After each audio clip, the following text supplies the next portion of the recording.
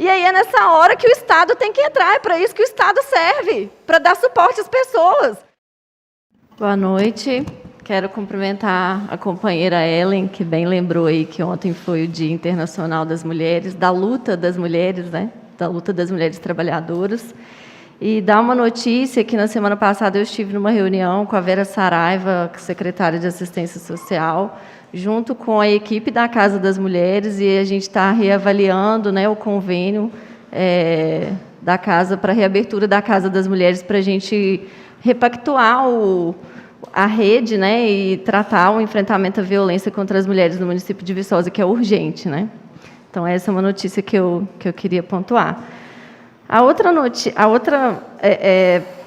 Outra questão que eu vou pontuar na minha fala, e que eu vou fazer uma recapitulação aqui para falar do decreto, é a seguinte. No dia 3 de março, o Hospital São João Batista, nas redes sociais, soltou um boletim dizendo que 50% dos leitos estavam ocupados. E aí, já eu volto nessa data para explicar por que eu estou fazendo essa recapitulação. No dia 5 de março, na sexta-feira, sabendo que Ponte Nova estava com 100% dos leitos de UTI ocupados, e Viçosa estava com 70% dos leitos de UTI ocupados, eu e o vereador Bartô enviamos um ofício à Secretaria de Saúde, que chegou, coincidentemente, enquanto eles estavam numa reunião do COIS. E à noite a gente fica sabendo que o COIS deliberou, eu coloco entre aspas, porque a gente sabe que o COIS não é um conselho deliberativo, né? O COIS é um conselho consultivo, já que Viçosa está no Minas Consciente. E a gente recebe esse comunicado que o COIS deliberou que estaríamos na onda roxa, e todos nós estávamos aguardando um decreto restringindo todo o comércio, todas as medidas aí de circulação das pessoas. O final de semana foi de angústia, dúvida, incerteza para um monte de gente que me mandou mensagem perguntando se ia ter barreira, se não ia ter barreira, se ia ter rodízio de CPF, se não ia ter rodízio de CPF. Mandando, inclusive, o número, os endereços de onde estavam acontecendo as festas clandestinas, porque o telefone da fiscalização não atendia. Telefone este disponibilizado nas mídias sociais da Prefeitura. No dia 8, que foi ontem, né, a gente ficou sabendo que houve uma outra reunião do COIS, que deliberou, e a gente ficou sabendo tudo que aconteceu nessa reunião a partir de uma nota da Casa do Empresário, que eu não entendi. Por que a Casa do Empresário anunciou antes da Prefeitura?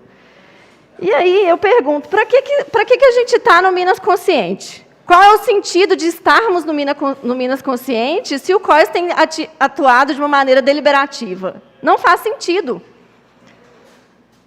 Então, aí eu pergunto outra coisa. A comunicação está ruim, os boletins diários não estão saindo todos os dias, a fiscalização não está atendendo, está desorganizado, está desalinhado. E aí eu dou o exemplo que eu estava aqui numa reunião na sexta-feira à noite nesta casa, que chegou 2 membros que estavam na reunião do COIS falando coisas totalmente diferentes sobre a percepção da reunião. A outra coisa é a seguinte, essa comunicação, como ela é ruim e desorganizada, ela demonstra que as atitudes não estão sendo tomadas de acordo com a ciência. Porque se a gente tivesse percebido lá no dia 3 de março que 50% dos leitos de UTI estavam ocupados, lá teria tomado atitudes sérias.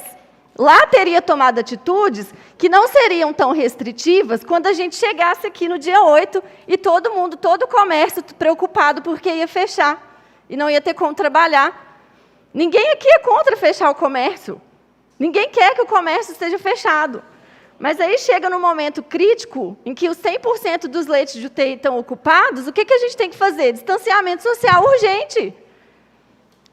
Então, eu não consigo entender. O decreto sai confuso, a gente esperando uma coisa, sai outra, as pessoas continuam na dúvida, continuam incentivando a aglomeração.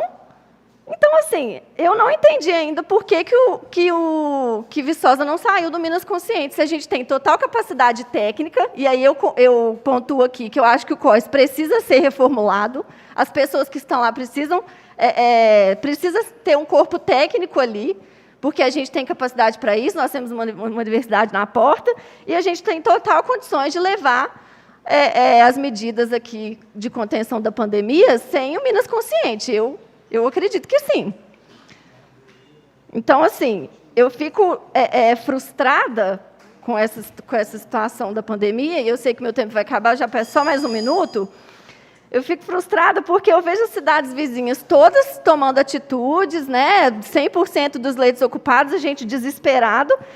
E aí é nessa hora que o Estado tem que entrar, é para isso que o Estado serve, para dar suporte às pessoas.